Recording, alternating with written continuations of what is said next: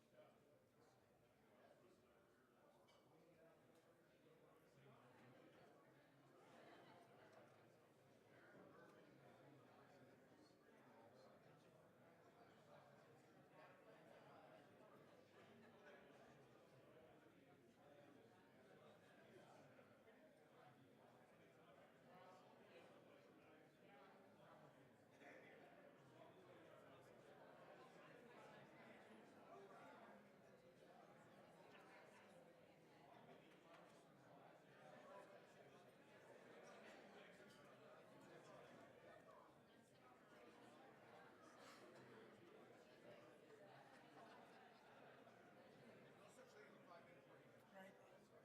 That's a person.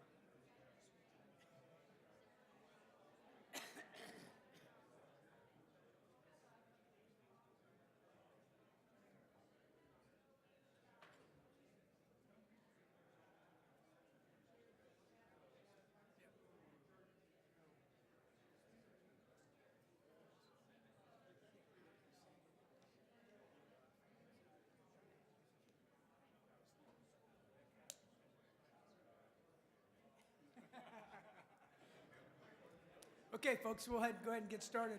The good news is Marriott's not going to charge for that extra entertainment. And on the critique forums, I want you to say, General Wilson was on fire. Yeah.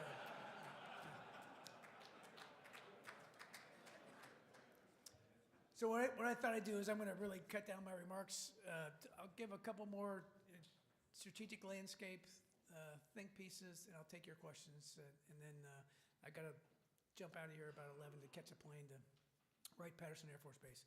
But let me start with, I'm going to talk strategic context real fast. In February 2014, I was down at the Air Force Association banquet in Orlando, Florida. And I was sitting on a panel, and I was asked to speak about the threats facing the country at that time. It's remarkable what I didn't talk about. Since February of 2014, Russia invaded Ukraine and Crimea. ISIS, which we didn't know about, came about, ISIS and ISIL. China started building islands like nobody's business in the South China Sea, as well as putting up ADAs around those islands. North Korea's had 2 nuclear events. They've had space launches. They've had a multitude of missile launches. They've done Sony cyber attacks against the Sony Corporation here in the US. We've had Ebola, we've had Zika, we've had Brexit, we've had Paris attacks, Brussels ×2. We've had a huge Syrian migration problem throughout Europe. And what I would say just in context is that we're undergoing massive turbulence and disturbances across 4 big, broad areas: politically, economically, socially, and technologically. You can pull any one of those individually, and they're hard challenges. If you look at what's happening now, just migration in Africa, sub-Saharan Africa, I think it may, again, change the landscape of Europe.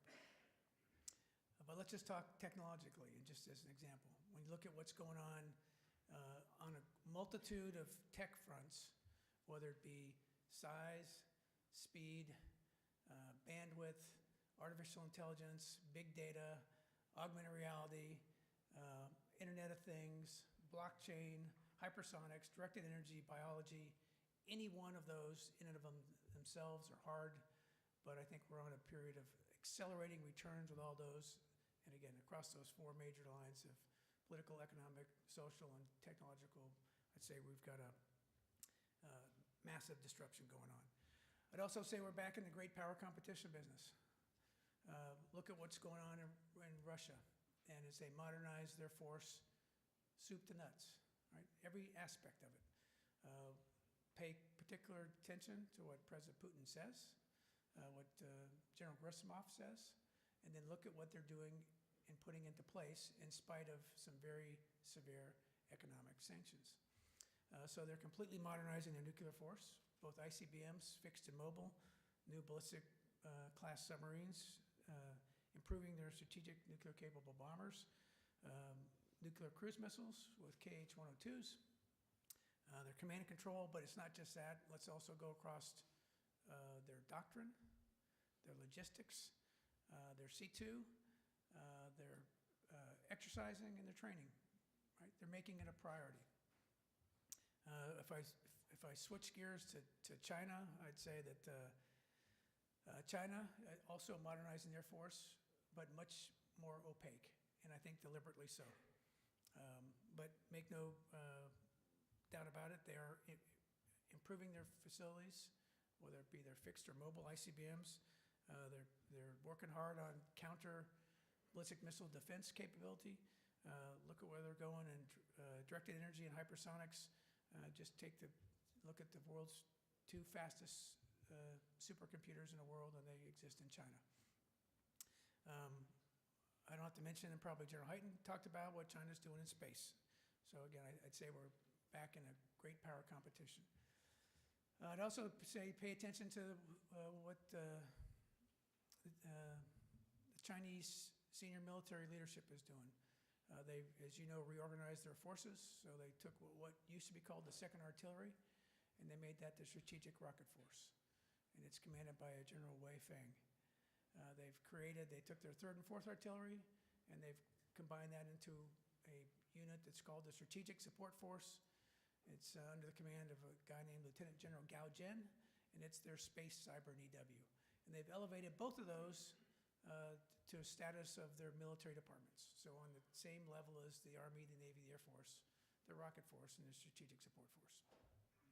I mentioned North Korea and what they're doing, and I think we're on a collision course, right?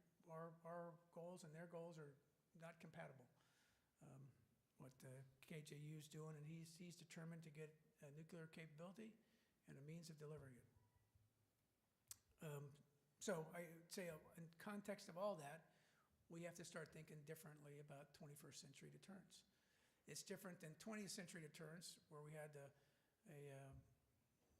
Soviet Union versus the United States. Now I think it's tailored deterrence depending on the adversary and depending on the condition. And with that, I need a broad range of flexibilities and capabilities to be able to do that.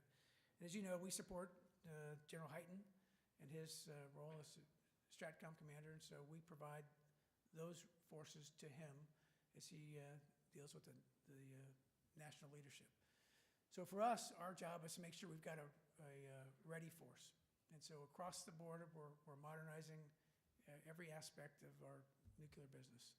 So whether it be in sustaining our ICBMs and bringing on the new ground-based strategic deterrent, investing in our bomber force with our B-2, B-52, and the new B-21, in our weapons, whether it be the LRSO or the B-6112, or NC-3 or UH-1 replacement. We're modernizing across the board in those, and I think we've got good programs in place so that if we get stable, consistent funding for the next 15 or 20 years, that we'll have in the mid-30s a very capable deterrent force that will be completely modernized. That we should have done around 2000, and we didn't. So now we're getting after it. I get asked the question a lot of times. I can start through any of them, but I'll leave it for questions. You know, why don't we just life extend the Minuteman III?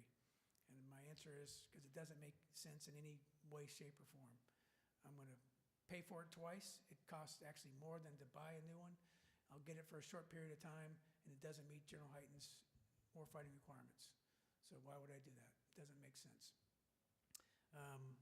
Our bomber fleet, we're again, putting lots of modernization efforts, whether it be in the B-2 DMS, whether it's in their survivable communications capability, weapon stores management. We're going to continue to make sure the B-2 can survive and penetrate enemy air defenses through the 20s. The B-52, the workhorse, we're going to fly past the 2050s, and so we've got a multitude of modernization programs across the fleet for the B-52, whether it be the Connect, whether it be weapons upgrades, data link, radar modernization. We've got significant investments for the B-52. We think the B-21 is on track. It's had its program preliminary design review. I was out visiting recently to the folks at Northrop, and they're working hard to bring on the right workforce to be able to scale up and get after this.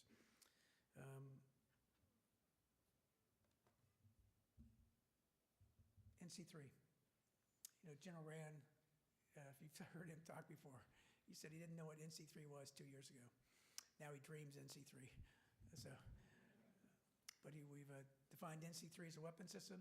He's in charge of it for the Air Force. We stood up a PEO, Program Executive Officer. We stood up a group at Barksdale that's focused on NC3. So significant investments in that. UH-1. We've got a draft RFP out. We'll send the real one, the final one out this summer. We think we'll get contract award in 2018 and take delivery of our airplanes in 2021 timeframe. Weapons. Talked about Outcome, you know, our Outcome designed in the 70s, built in the early 80s, designed the last 10 years. It's on its third life extension program. We've got five in works. It's 25 years beyond its design life, and we need a new LRSO to replace it. And I'd be happy to take any questions on LRSO. Let me leave you with just in a closing that we've had a period of time since the end of World War II. Just earlier this week was the VE Day in Europe.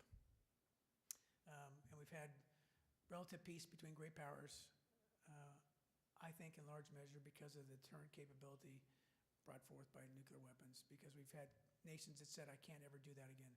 We often forget that 68 million people were killed in World War II and 100 million injured. That's in fact, I mean, it's hard to even comprehend that number today. And nuclear weapons have been, I think, played a key part in deterring great power conflicts.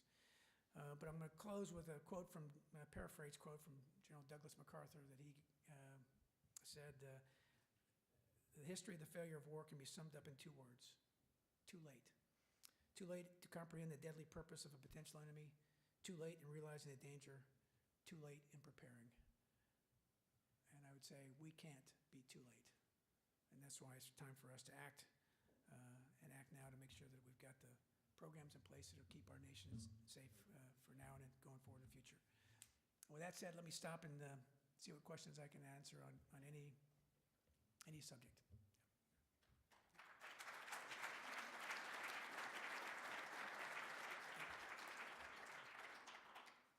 I thought there was a question over here, yeah. Good morning, Lisa Finneran from General Dynamics.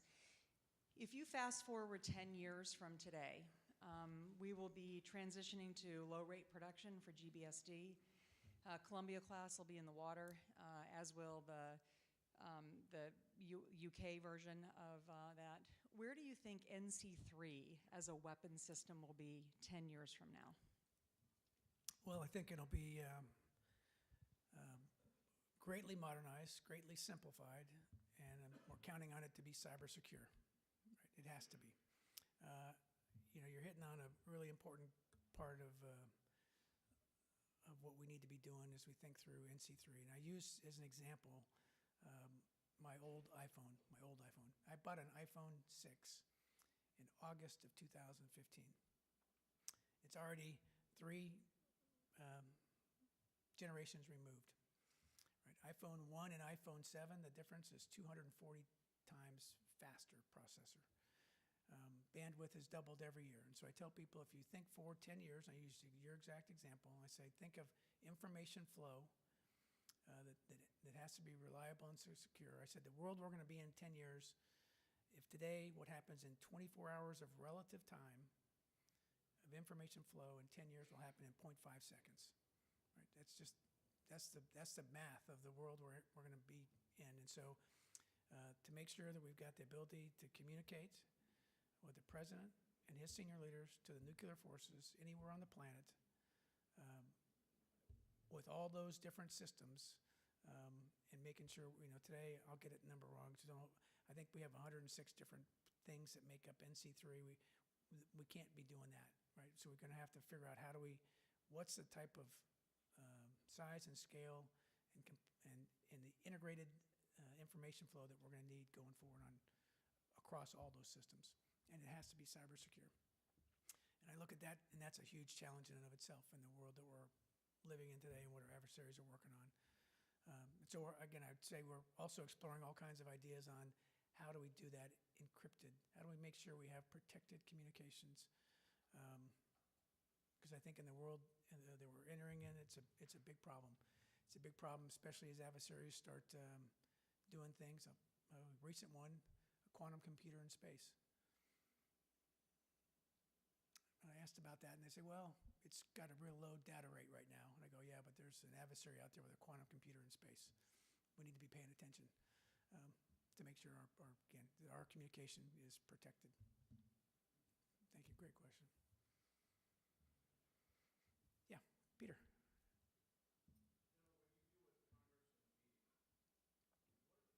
Nuclear misconceptions that you come across that we need to deal with? Biggest misconceptions, one of which is it costs so much. It always starts with that, it costs so much. And I'm like, well, I don't look at it that way. I realize it's going to be a significant portion of our DoD budget. It'll be about at the peak of the modernization, about 6% of our DoD budget. And I say, but that's, when you think about that in context, it's something that we can certainly afford as a nation. We just have to prioritize it and make sure that we understand how important it is. Again, it's the backdrop. I think our nuclear enterprise allows us, again, all the things that we're able to do, politically, economics, around the globe, happens with the backdrop of this nuclear deterrent that gives us freedom of action, freedom to act and react in ways that we wouldn't if we didn't have those. And again, I look around the world and see what our adversaries are doing and know that they're not planning on it. They've actually done it. Right? There are things rolling out of production lines today, and we're, in many cases, have got stuff on paper that we plan to do, and we plan to have capabilities starting in the mid-2025s through about the mid-2030s for the Air Force, but we've got to continue to get after it. Cost, Peter's one of it. The other one is there's groups that across different weapon systems, one would say, example, I hear this a lot, the LRSO is destabilizing. And I typically answer that to who? I go, because it's certainly not destabilizing to the Russians. They've got their own, and it's brand new, and strategic stability is important. And I think if we didn't have that, we'd be doing a unilateral arms reduction. Why would we do that? And second, I want to be able to present the president options. And I think the LRSO gives the president lots of options. It doesn't I don't have to worry about overflights. I can when you take a B-52 and you put 20 LRSOs on it, that makes it a very formidable threat. Each of those independently targetable from different directions, from a long range. It certainly would cause, I think, any adversary pause. So those are a couple, Peter, that jumped to mind about the cost, about being destabilizing, which I don't think they are. Again, we've had both Alcoms and Calcoms now. We've had actually cruise missiles since the 60s. So I don't believe they're destabilizing.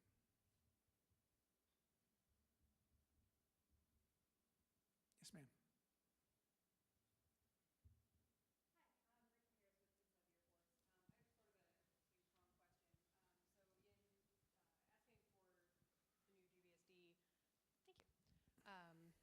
The Air Force is looking for essentially the same design as Minuteman III, as far as I'm told. So I'm wondering if you guys are looking for an LRSO that also mirrors ALCOM, and what the design review process is going to look like for those two systems now that the B-21 has also had two PDRs. Yeah, let me maybe correct a couple things, but GBSD, there's three big parts we're looking at. There's the flight system, then there's the launch control center, and then there's the weapon system command and control. So three different pieces of the GBSD we're looking to modernize. We're also looking at the whole concept of how we do it. I tell people that if we're thinking that we're going to do it just like we do the Minuteman III today, where we have 15 launch control centers and the same setup, that we're not thinking right on that, because one of our biggest cost drivers is people. So we need to think differently on how we do that and how we do the command and control piece of that. For LRSO, today's Alcom, again, if I just step back a second and say designed in the 70s, air defenses have gotten much more sophisticated. We can look at what's happened around the globe. About every decade, range doubles. So you can start in the 60s and say, take a 13-mile SA-2 and then double it every decade to the current range. So we call S-400s. Why? Because it's got a 400-kilometer range on it, 256 miles, right? So as air defenses get more and more sophisticated, as they tie them together with different technologies, I have to have a weapon that can get to the target. So the design criteria is it has to get to the target, and then it has to work when it gets there. So those are the big specifications that we're putting forward on that. And it goes in line with the B-61. So the B-61, as we design that, we're going to do the back end portion as we do the tail kit, and the NNSA and DOE are doing the front end, the warhead, and they're making sure the warhead is safer, more secure, more reliable, and we're able to consolidate 4 variants into one, so we actually are reducing the number of nuclear weapons, which has already been reduced from its peak by almost 90%. So that, again, that's another, back to Peter's point, people think that we haven't been reducing our weapons, and our weapons have come down significantly, greater than 85% reduction today on our nuclear weapons stockpile. I thought there was a question over here. Yeah. General Major Dave Bull at the 625th Strategic Operations Squadron. STOS, you guys yes, rock, sir. man. Thanks for the ALSI shout out. Yeah, A you guys couple of rock it. operators over here.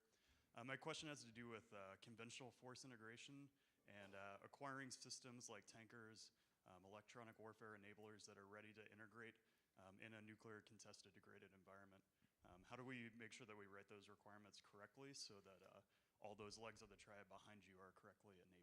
Yep, that's a great question, because you've hit on the important part. When we talk about the triad, as we all think of it as the bombers, ICBMs, and subs, we need to throw in top of that there's certainly all the tankers, all the NC-3, all the space systems that have to be able to work in an EMP environment. So that EMP hardening is important going forward in all of our systems. And as I've talked to industry, they think they got some pretty good ideas, and technology today allows us to inherently have some hardness, but we got to make sure we've really thought through that, because we didn't for a long period of time. Because in that environment, in a future environment that an adversary uses a weapon, they will have profound impacts that will happen to any of our electrical systems. So as a shout out, the book, 1 Second After, I put it on your reading list. It's a very good read. If you haven't read it, it might scare you a little bit, and talking through what happens in an EMP environment. But it's a great question, because we've got to be able to do that. And one of the areas we're paying attention to, because you're hitting on this nuclear certification of all of our systems, but across our Air Force and industry, we haven't done that in a long time. And so that expertise there's not a lot of it, and it's not readily available, and yet we're going to have to nuclear certify everything from tankers to GBSDs to LRSOs to new B-21s going forward, and that workforce there's not a lot of depth, strategic depth to it. We got to build it back up and understand how we do that, the nuclear certification.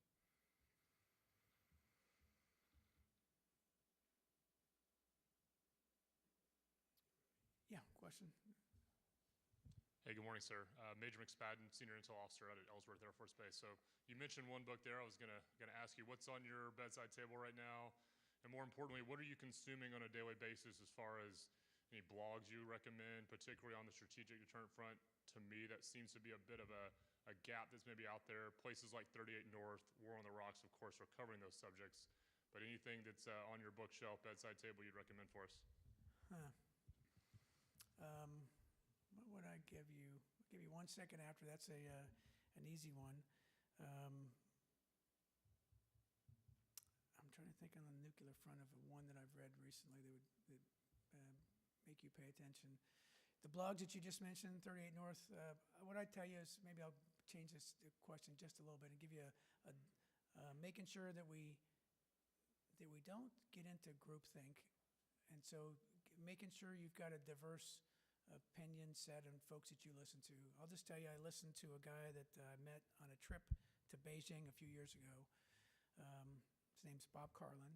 I think he's been on every U.S. official trip to North Korea in the last 30 years. He tells a different story about what he sees, and he just came back a couple weeks ago, and every time he comes back, he shoots me a note, and I send it out to our intel folks to make sure that they understand what he sees from his vantage point of being on the ground in Pyongyang for the last 2 weeks and talking to the North Koreans there. But my point of all that is to make sure that we don't get into a locked-in position and think it's this way because unless you've really done the analytics behind it and thought through it and asked the why and are you sure and how much confidence and give me for our intel professionals that we don't want to go down the path of thinking it's this way just because. There's facts and data and analysis behind it, and our intel pros are really good at it. As a matter of fact, I'm headed out here in a couple minutes to go talk to our folks at Wright-Patt. I'll get a quick NASIC update from the intel pros out there, as well as talk to our folks at the Air Force Research Lab that are working on some of our future game-changing technologies to see how they can help us. Let me just leave you with, I told Congress, one of the things that we need from help with is that the way we've done business in the past isn't going to work in the future.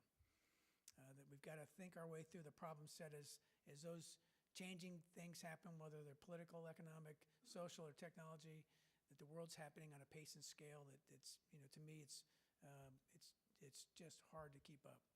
And the thought that I'm going to design requirements, and the requirements then go through a process to go through a capabilities-based analysis to an ICD, to a CDD, to a milestone decision authority, to get the Congress on board with the funding that's got to be consistent, and that takes a period of 20 years. That's not going to work in the future. We got to think of how do I shrink that cycle down.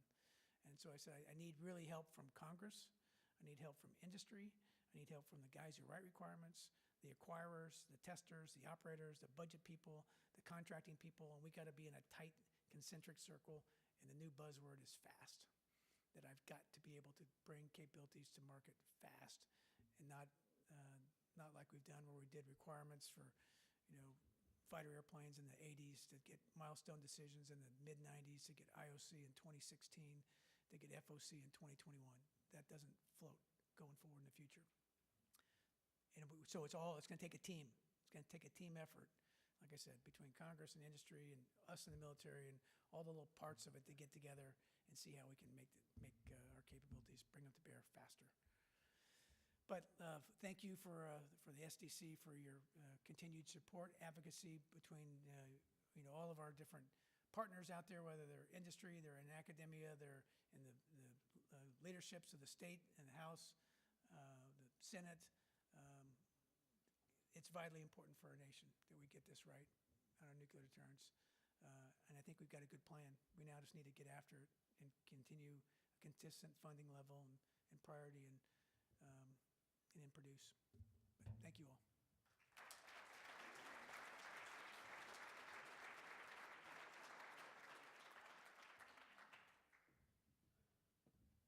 Chairman Wilson, thank you for being with us. We really appreciate your time, and we know you're on a very tight schedule today. We'd like to present you this coin as a show of our appreciation from the SDC. Thank you very much. Appreciate it.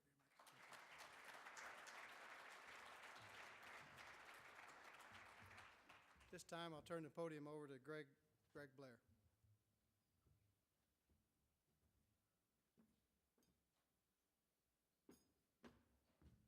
Good morning. I'm Greg Blair with the Abilene Military Affairs Committee, and we're going to change course just a little bit. Our first panel of the symposium will focus on the Defense Threat Reduction Agency assessment. And here to pick up on that discussion is our moderator, Major General Select Paul Tibbets, and our functional expert, Dr. Michael Kuliasha.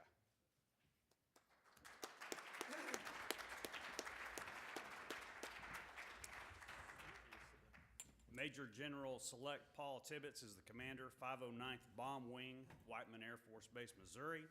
He is responsible for the combat readiness of Air Force's only B-2 Spirit Wing, including development and employment of the B-2's combat capability as part of the Air Force's Global Strike Task Force. His command provides logistic support for the Air Force Reserve 442nd Fighter Wing, Missouri Air National Guard 131st Bomb Wing, Air Combat Command 20th Reconnaissance Squadron, and the Missouri Army National Guard 1st Battalion, 135th Aviation Unit. General Tibbets received his commission through the U.S. Air Force Academy in 1989. Prior to his current position, he was Deputy Director for Nuclear Operations, U.S. Strategic Command. Dr. Michael Kuliasha leads DTRA's Nuclear Science and Technology Program to deliver technologies to characterize the full spectrum of nuclear weapons effects, including targeting, consequences of execution, and survivability. Ensure that critical DoD nuclear weapons systems and national infrastructure can accomplish their designated missions in a nuclear weapons effects environment, rapidly and reliably conduct post-detonation nuclear forensics, locate and identify nuclear and radiological threats, and develop verification and monitoring technologies to support current and future treaties and detect low-yield and deceptive nuclear testing. He serves as a DTRA lead for nuclear standards and policies, vulnerability assessments, and testing that is within the scope of the agency's mission. Dr. Kuliasha has doctorate and master's degrees in nuclear engineering and a Bachelor of Science degree in mathematics from the University of New Mexico. Please welcome our moderator and panelist. Thank you. Dr. Kuliasha. Well, Admiral Jerebeck sends his regrets. He came down with strep throat, and I, for one, personally happy that he chose not to come here. So I'm going to talk about his overview slides as well in my remarks. I actually have a new job that started yesterday at the Pentagon. You'll note my change in affiliation. I'm now the DASD for Nuclear Matters. But I can still talk about DTRA because I'm actually on a detail from DTRA. So it's a really tough gig to follow three inspirational general officers when you have somebody like Generals Silva, Hyten, and Wilson talking to you about the what and why of the nuclear deterrent. It's sort of hard to come up with anything that would be any more profound about that. But fortunately, I'm going to take a little bit different tack. We're going to talk a little bit more about the how.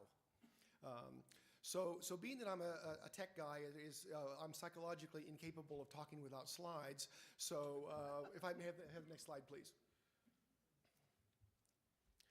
Okay, so some of you may or may not know what the scope of DTRA is. I'm sure you've probably heard about DTRA. DTRA stands for Didn't They Reorganize Again? That seems to be the standard approach to whenever you have a problem as you reorganize. But we are the WMD Combat Support Agency and Defense Agency. And a lot of people don't understand the distinction between those two. But a defense agency is somebody like DARPA. We're responsible for doing stuff in technology for all of DoD. But we are also a combat support agency, which is who do you call when things start going badly? And so we work directly with the COCOMs, both STRATCOM, SOCOM, and the GCCs. And we're basically the who do you going to call for WMD in the Department of Defense. Next slide, please. So you probably have heard about DTRA. You may not known that DTRA was behind it. Let me give you a couple of recent examples. When the Japanese nuclear reactors at Fukushima, the spent fuel pools and the reactors were breached, DTRA was the one that was doing the calculations of the plume. They were the ones telling the fleet that they needed to get out of the way of the plume. They provided the consequence management support to the Japanese government, and we helped basically respond to the Fukushima accident. When the weapons in Libya were to be destroyed, DTRA was the one that collected the weapons, disposed of them in Libya. When Ebola broke out in Africa, it turns out that the ZMAP, the therapeutic that was developed, had been developed by DTRA as part of the biological defense program. The Ebola vaccine, which has been tested and found to be very, very effective, was developed by DTRA. And in Syria, when we were called to destroy the chemical weapons in Syria, which obviously we did not get all of, and we pretty much knew that at the time. But we developed a field hydrolysis unit, which we could put on a ship and destroy the weapons at sea. So all those things are recent things that are all missions that DTRA has done that you may or may not be aware of. Next slide, please. DTRA has a global presence. At any given time, we have about 325 people deployed. We have two major locations in the U.S. Fort Belvoir is the DTRA headquarters. We have a major testing facility at Kirtland Air Force Base in Albuquerque. And we have offices in garden spots like Tbilisi, Georgia. Next slide, please. So we're about 2,200 people. We're a mixed military, civilian, and contractor organization. Budget's just under $3 billion a year. Next slide, please. So you've heard several times that we're in a new nuclear posture review. But there was one statement in the 2010 nuclear posture review which I really puzzled over. And this is the quote that the threat of global nuclear war has become remote, but the risk of nuclear attack has increased. So I pondered that, and it almost sounds like an oxymoron on the surface, but what you really start thinking about is the fact that the world has changed. The threat that we're facing today is not the threat that we're used to facing during the Cold War. Next slide, please.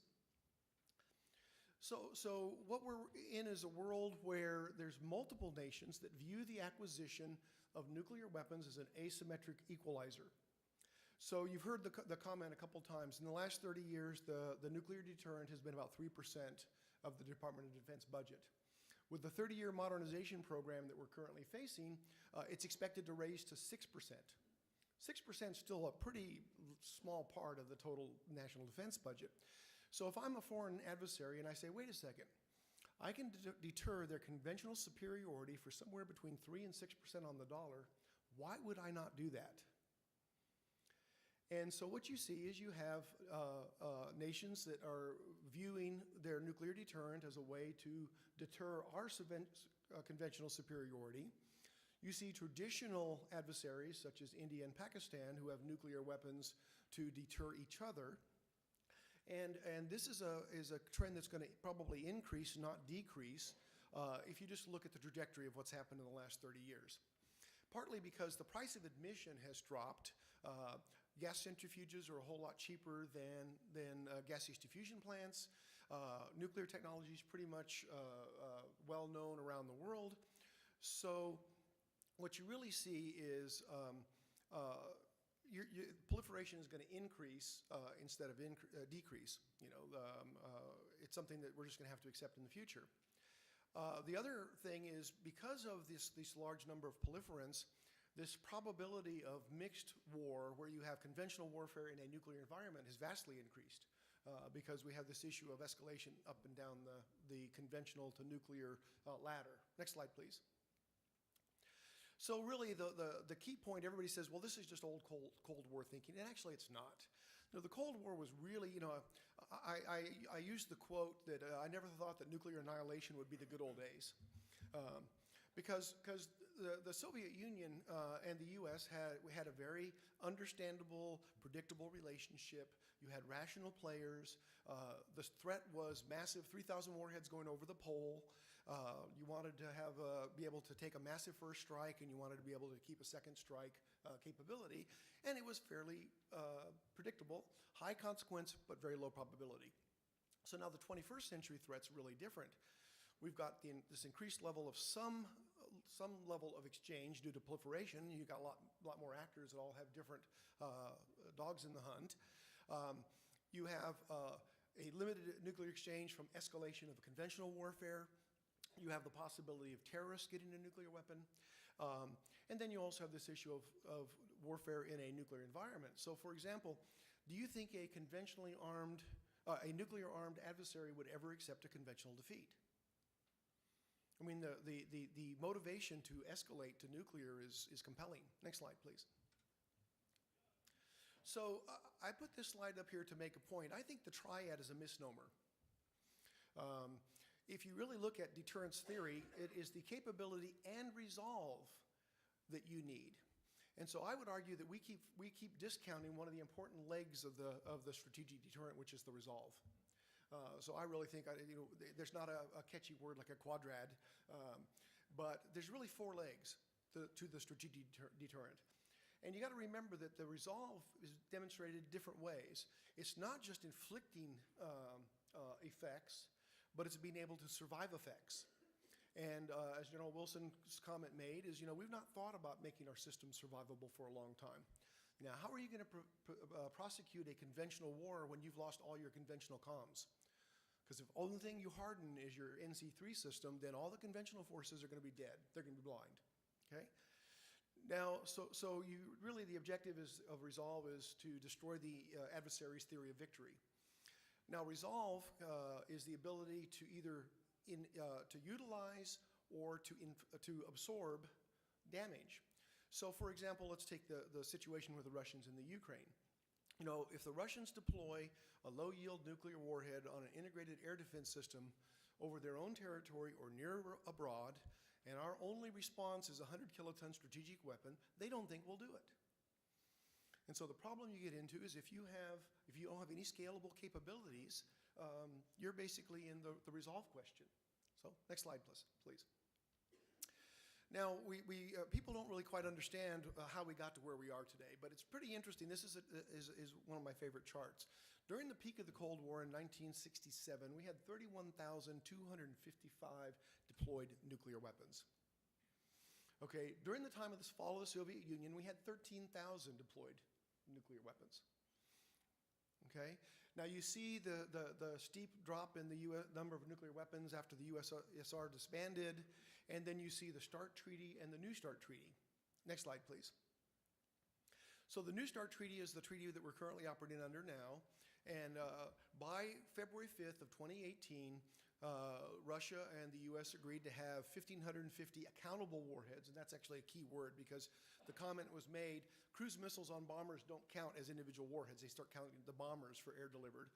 But under the rules of the New START Treaty, we'll have 1,550 deployed warheads. So that's compared to the 31,255 we had in 1967.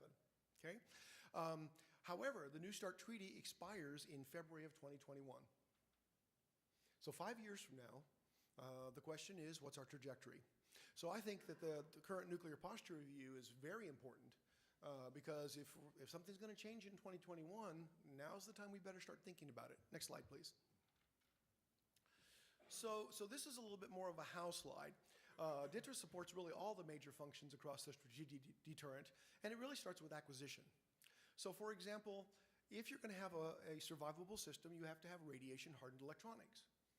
Well, who develops radiation-hardened electronics for strategic and space systems? Well, that's DTRA. Okay. In addition, you have to have ways of assessing system survivability and system survivability. And you have to have a standards process. Well, we run the survivability assessment and the standards process for nuclear survivability. And then you have to be able to test these things in a nuclear environment, and we don't do underground testing anymore. So how do you have the experimental capability to test for survivability? Well, it turns out that we do that as well.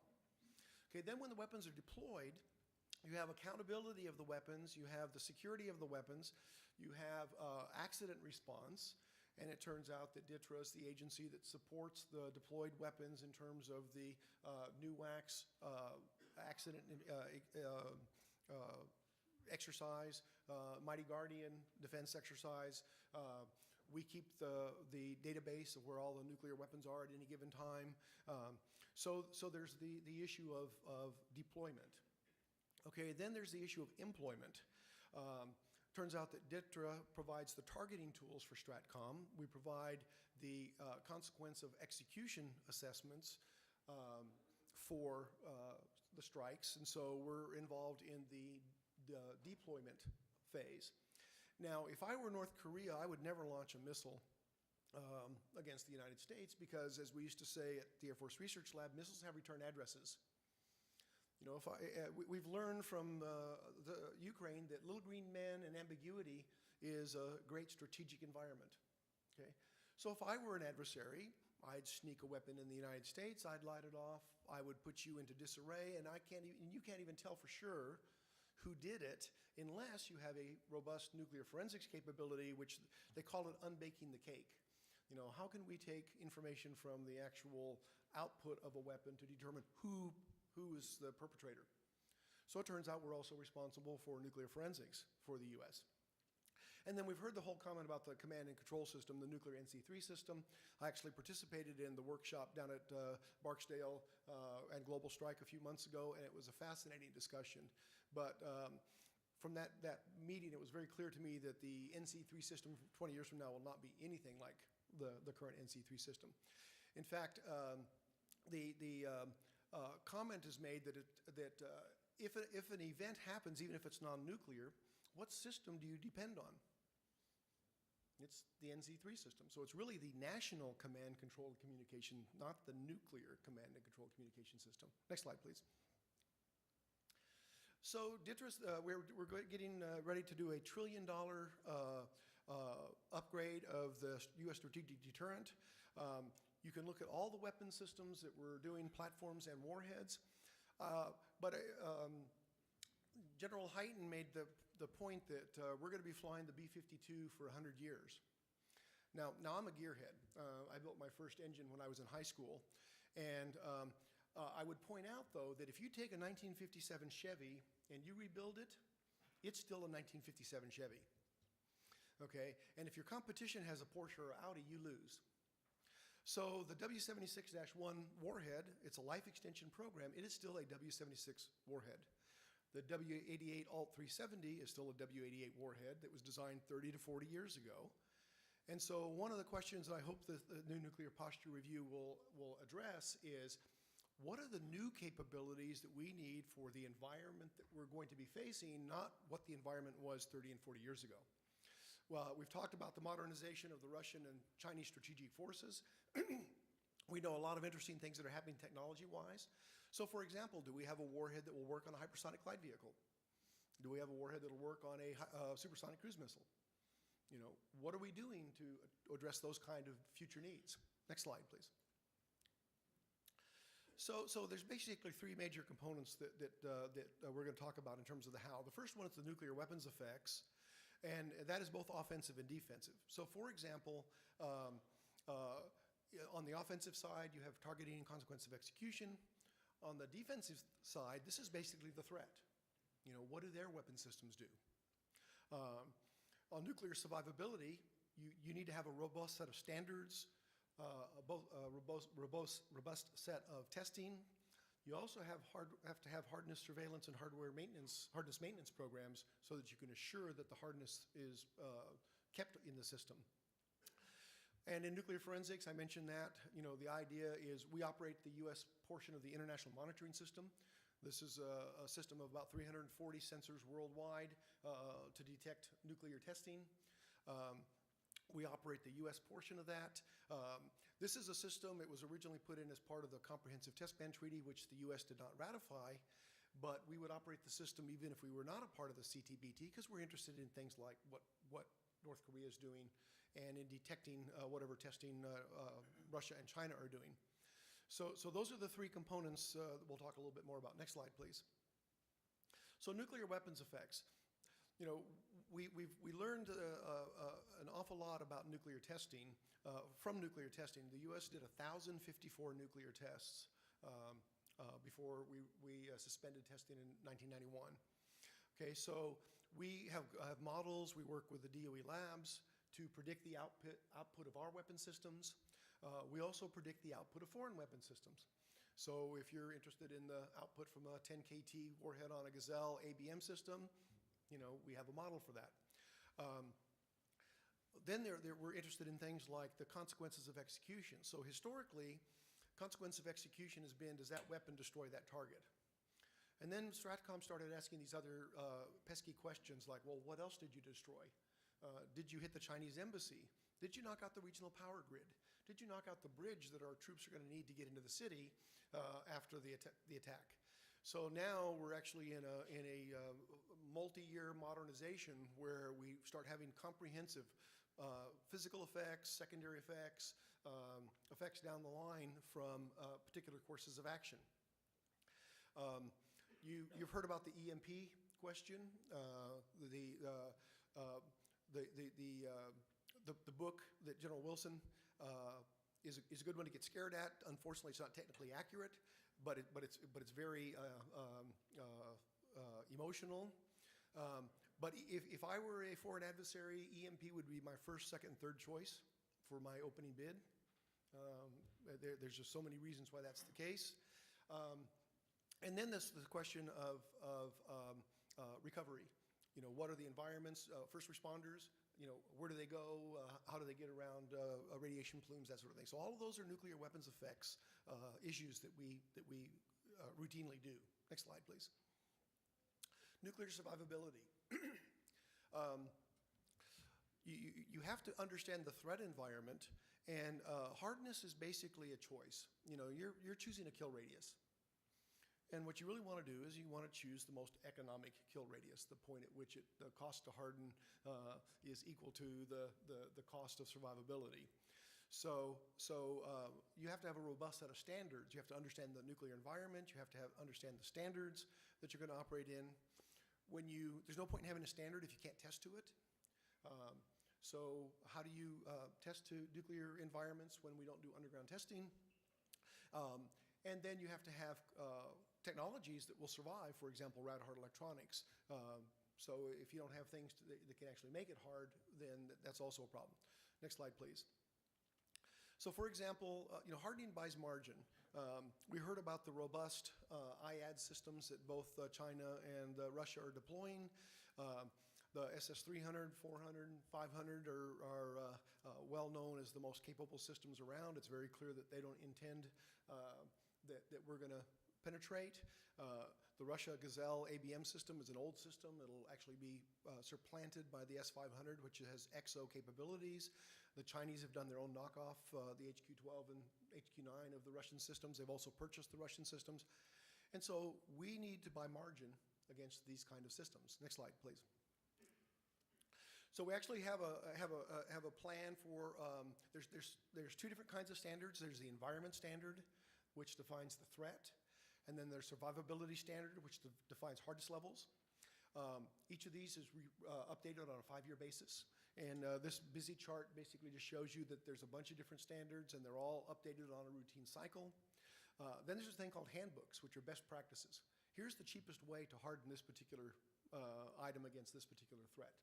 And so we actually maintain a rolling standard of updating the nuclear standard so that we have a comprehensive set. Next slide, please. Okay, now historically, nuclear survivability was established in underground nuclear tests. If you've ever been out to the Nevada test site, it's wonderfully pockmarked. And what we used to do is we used to take warheads and we would expose them to a nuclear environment from a nuclear explosion. Well, 216 of those tests were done either in the atmosphere, space, or underwater. However, we've never done them on land anywhere but Nevada or the Pacific Ocean. So we don't have any experience in urban environments except for Hiroshima and Nagasaki, and those aren't considered tests. So there's a lot of uncertainty in what the survivability of certain systems is. Next slide. So the way we compensate for that today is both the DoD and DOE have the same problem. NNSA must certify the warheads, and they have to certify them for a nuclear environment. And DoD must certify the platforms, and we have to certify them for a nuclear environment.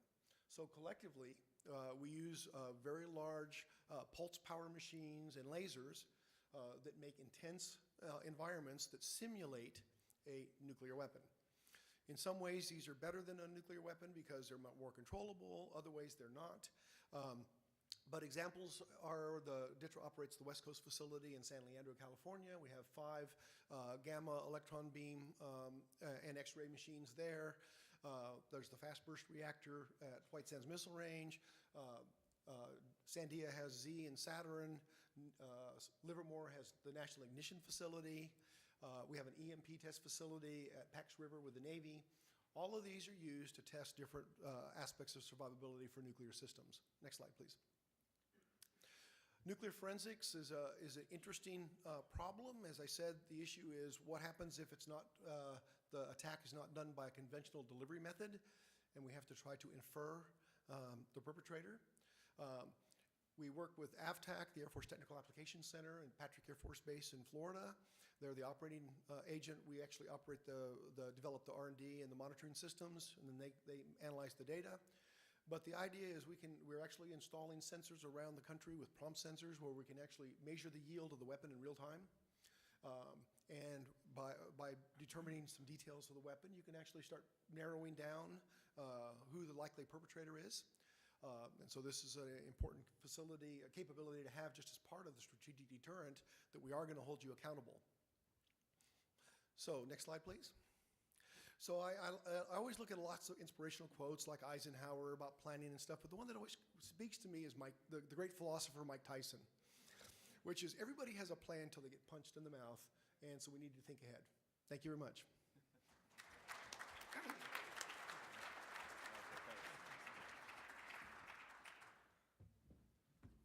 I guess I could say that's hard to follow again, but that might hurt, actually.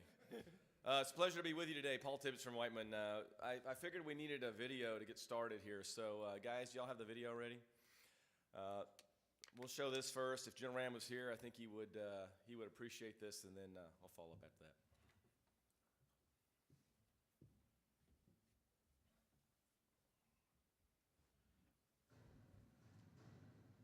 A short time ago, an American airplane dropped one bomb on Hiroshima and destroyed its usefulness to the end. That bomb has... We were the only country to ever use an atomic bomb in war. 30,000 feet, looking down on the city. It took 45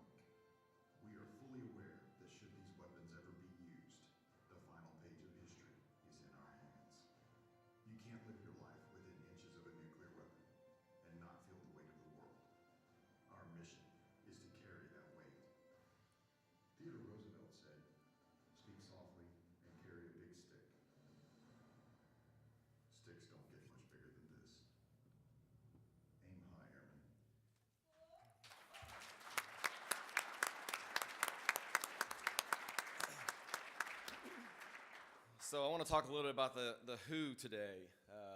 I'm Paul Tibbets from Whiteman Air Force Base. Joe asked me to speak a little bit about NUACs, and I'll use the who and NUACs kind of talk about that. We kind of giggled at having a moderator for a panel of one doesn't make a lot of sense. So instead, I'm going to share with you a little bit about NUACs, and then we'll take whatever questions you have. And it's a pleasure and honor to be here.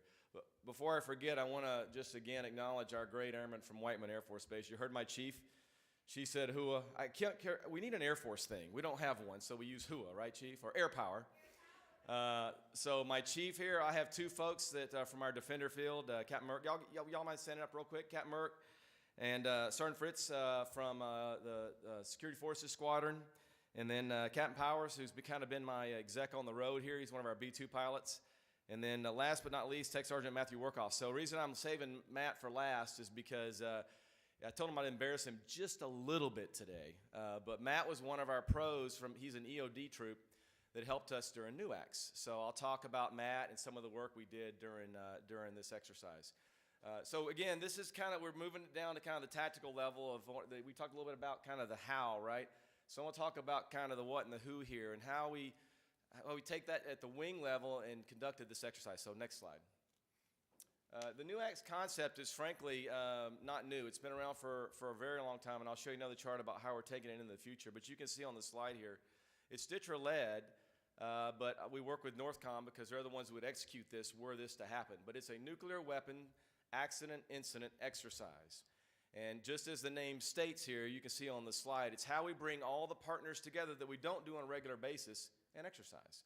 We're something that would be a horrific event were to happen with a nuclear weapon. And you can see here that we go through J10, through DTRA there to execute it.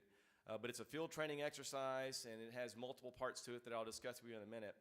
And then the components that actually do this are the base, so Whiteman Air Force Base, and that was my team at Whiteman Air Force Base as the initial responders. But then we bring in General Boussier from 8th Air Force as the response task force, and he brings in a team from 8th and Global Strike Command to actually handle the situation once we get the initial actions done. So next slide. You can see on this slide here kind of what's going to happen in the future. Bottom line is every year we're going to conduct one of these exercises across the spectrum of where an accident or incident might occur. And so you can see here everywhere from Navy to DOE to UCOM, Air Force, of course, all the different players. And we were the ones that conducted the exercise this year at Whiteman. Next slide. And so what is it about? A lot of words, but I'll just give you a quick rundown. You can see here in April, we were conducting a generation movement, and we had an accident. Now, keep in mind that in order to do this, you've got to come up with some kind of scenario to get to the objectives, right? So don't read this and go, yeah, right. I mean, you could, but we had to come up with a way to actually set up the conditions to have the follow-on activities that we needed to exercise, the objectives we needed to achieve. So, yes, I'm not aware of sinkholes in Missouri, but we had one, all right? So just stay with me. We had a sinkhole in Missouri, and you can see from the slide here that ruptured a fuel line, created a fire. We happened to be moving some weapons, and it damaged a weapon, all right? So we had to get there, so we got there. And what's important about this, and DTRA did a lot of work with this, is that we've got to come up quickly to get ourselves into the scenario so that we can play it out. And in this case, as you can appreciate, because we damaged the weapon, therefore we have all kinds of issues we've got to deal with both on base and off base. And so they want us to work through all of those when we do this kind of exercise so that we can exercise across the spectrum of the partners that are involved. And so you can see here we had a weapon that was damaged, and then we had another one that received minor damage. So there's all kinds of different players at stake here. All right, next slide. And so who are those players? This is really what I wanted to share with you today. It's pretty fantastic. This unified command that we stand up goes all the way, of course, from the highest levels of our government. You can imagine that the President of the United States would probably be interested if we damaged a nuclear weapon, right, if something were to happen. So really it starts all the way at the top and then all the way down to those folks like Sergeant Workoff, my EOD experts who are out there, who are the first ones going to be on scene to figure out how to deal with this, right? How do we, first of all, take care of life, safety, and then how do we move to remediate the problem, right, and then get back to normal conditions again? And that's going to take some time. These are the folks that help us do that, right, from NORTHCOM to, of course, TRANSCOM dealing with potential airlift type activities through, of course, our headquarters in DTRA who are the experts. But then we have DOJ and DOE, right? So we have our pros from OSI, FBI, and of course, all the way down the line through the folks at the local level, as you can see as we move down through this list, that are going to be involved. But most importantly from that initial response is our guys, right? So my team is out there dealing with this response. And not only how do we take care of the situation for our own folks on base, but the local community. Next slide. And so you can see the objectives here. There's perfectly little green check marks there to show you that we've achieved all of our objectives. But I'll talk about these just a little bit to give you a sense of what was going on. First of all, obviously, if something's going to happen between or at Whiteman Air Force Base or any base where we have these weapons, there's going to be these initial responses that I talked about, and then how do we take care of it as the DOD entity in this case until we can get the other people onto the base. And our airmen at Whiteman are fantastic, right? Starting work off amazing. They come in, they sit down, they brief us. Hey, sir, here's what's happened. Here's the physics behind it. So we get into those kinds of details, even at the local level, because I have to decide as the initial response commander what actions do we need to take, right? Who do we need to protect? How do we protect them? And then how do we work with local law enforcement, as you saw on that slide there, to do that? Then we bring in the interagencies, of course, and then we get into talking to everybody all the way up the chain of command, of course, all the way up to and including the president, to let them know what's happened and to handle the crisis through the media. And DTRA loves playing the media. They love coming out and getting in our face and and making sure that we understand that there's a lot of citizens that are concerned, and they absolutely are, and they should be. And how do we then interface with the local media and national media to get the message out? And that's a big part of the exercise. Of course, executing safe recovery operations then once that's handled, and then getting things back to normal at Whiteman. Next slide. Here are our lessons learned, and I'll just talk about a couple of these. The interagency partnerships are critical, and so just due to funding, you guys can appreciate that when we exercise, we try to make it as realistic as possible, but money is an issue, and how many different partners we can bring in. Well, not for this exercise. So for this exercise, we bring in all the key players. That includes the agencies you saw on the slide that come in and participate. DOE has a huge footprint, which is fantastic. And one of the items I wanted to mention to you here is that fourth bullet, the level of training, proficiency, and currency of the initial response force is important, but we need the tools to do it. And so DTRA actually brought out simulators, I'll just phrase it that way, brought out some simulators for us so we could actually simulate and then have the tools available to our folks and to our EOD folks on scene to practice with.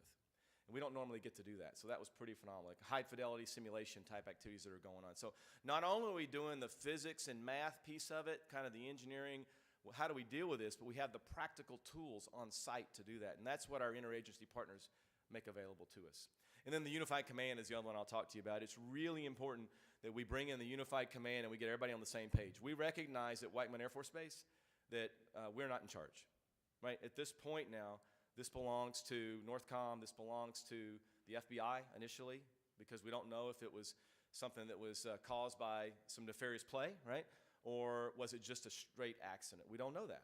So we have to walk through each of these steps as a team to figure out what actions we can take, who's in charge, whose authorities do we need to seek, and then execute from that. And it's a very realistic way to do that when you bring all the players literally on site at Whiteman to make that happen. Strong relationships always, it keeps coming up today, but strong relationships are the key. Next slide. So that's really all I had for you to share with you. I guess the parting comment is these kinds of training that our airmen receive are fantastic. Our DOE folks told me, they said, sir, oftentimes we don't get to exercise all the different pieces and parts. I wish we could do this more often. And I said, absolutely. We will take lessons learned from this exercise and we'll roll them into our exercises because then we can apply those forward to all of our airmen that weren't here for this particular one, but as we continue to do our own local exercises, we can apply some of those lessons learned at the local level. So that's all I had for now. I think we'll just open it up for questions. Thank you.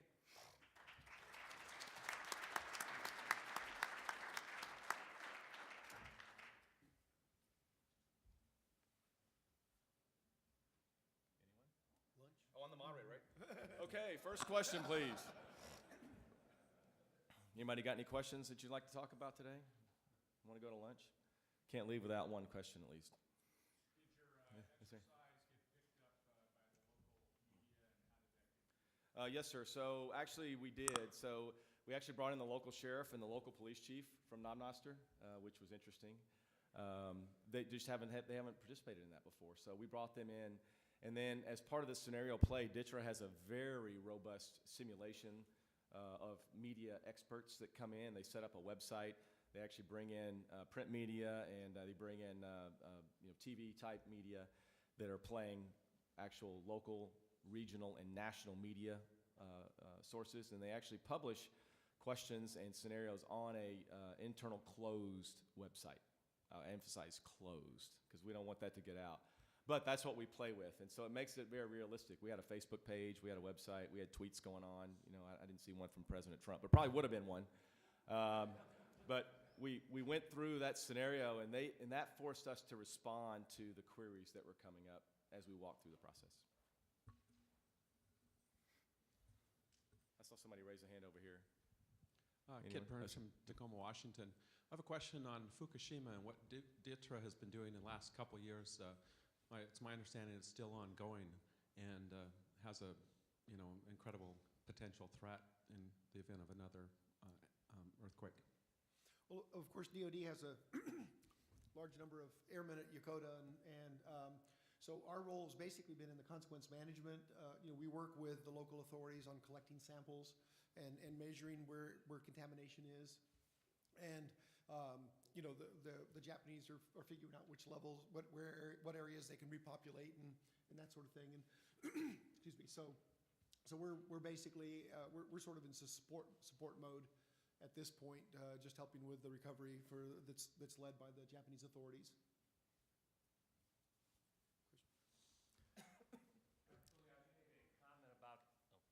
You made a comment about EMP weapons being the first, second, and third choice, which I think most of the group here probably passed by, but that's a pretty profound statement. Could you expound on that a little bit more? Well, what's unique about an EMP is its range. If you by varying the yield and the altitude, you can go anywhere from a relatively small concentrated spot to most of the continental United States. Now, of course, the bigger the area, the smaller the kilovolts per meter that you can lay down. But think about the disruption. Knock out all the power. I can knock out the local power. I can knock out the local comms. I can knock out most of your non-hardened electronic systems, and that's the opening bid. And so you lose your radars even temporarily. You lose your comms, and by the way, I've launched, so I've got incoming. By the time you recover, you've already lost. You're already in a second strike situation. And now, the U.S. did a whole series of tests in space. The largest was Starfish Prime, which was a 1.4 megaton warhead, which actually knocked out lights in Hawaii 1,400 miles away. So that gives you an idea about the range of it. It worked much better than we predicted. So unfortunately, most of our instruments were pegged. All we know is more than. The Russians did their series after the U.S. did, and I'm pretty sure they figured out that it was better than we thought. Their most famous test is K-184. They did a test where the EMP over Kazakhstan was so intense it actually coupled to an underground buried power line and started a fire at a power plant.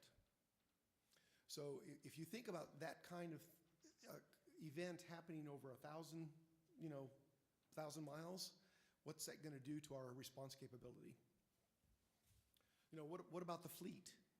We're putting more and more of our missile defense on Aegis cruisers and Aegis destroyers. What is their response to an EMP? Well, we don't have a test capability for ships. That's one of the things we're in discussions with the Navy on. We do test Aegis ashore. We've tested the Aegis ashore installations in Romania and at Greeley, and we'll do Poland. And it's very enlightening what you have to do to make sure that the system's hard.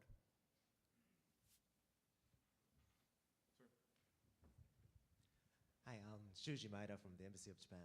I'd like to reiterate that we are enormously grateful for all the support that DTRA and other agencies of the U.S. government provided after the great earthquake in 2011, and thank you very much again.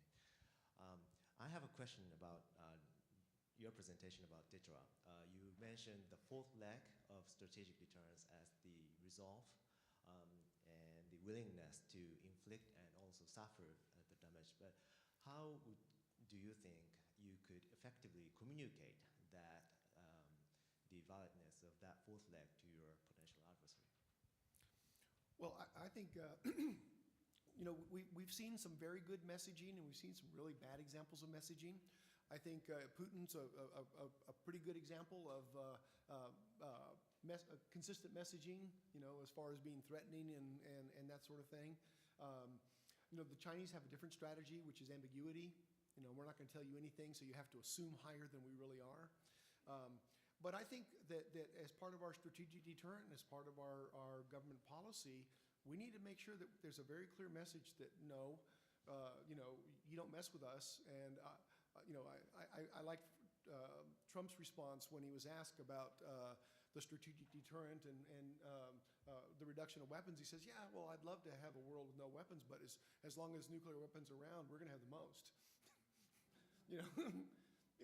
So it's messaging. I think that we as a government, I think the road to zero was a misplaced strategy, and I think that we've messed up our messaging for some time now, and I think that now, as part of the NPR, we need to decide what our messaging is.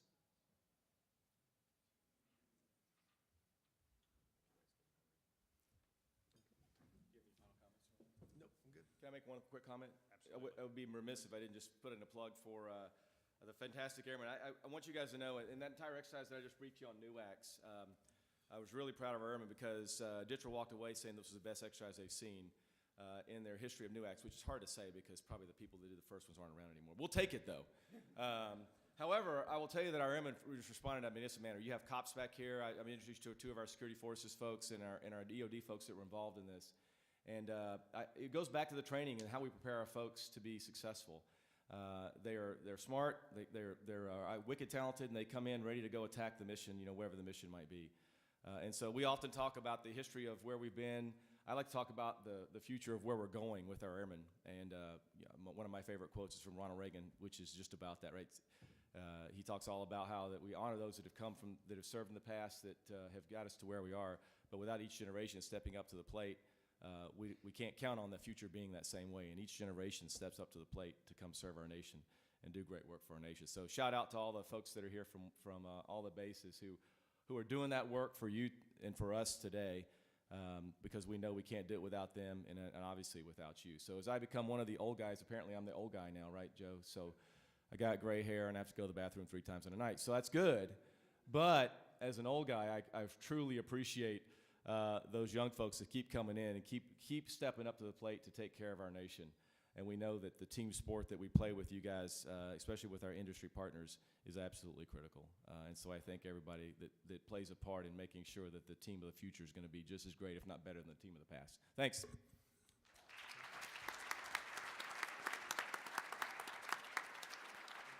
Dr. Kuliasha, General Tibbets, thank you so much for your comments today and your insights. I'd like to present you an SDC coin, show of appreciation for today. Thank you so much. Appreciate it. Thank you. Okay, we are now ready for lunch. Lunch will be served in this room. We need everyone to leave for about half an hour for the Marriott staff to come in and prepare the room for us. So we will reconvene at 12:15. Thank you.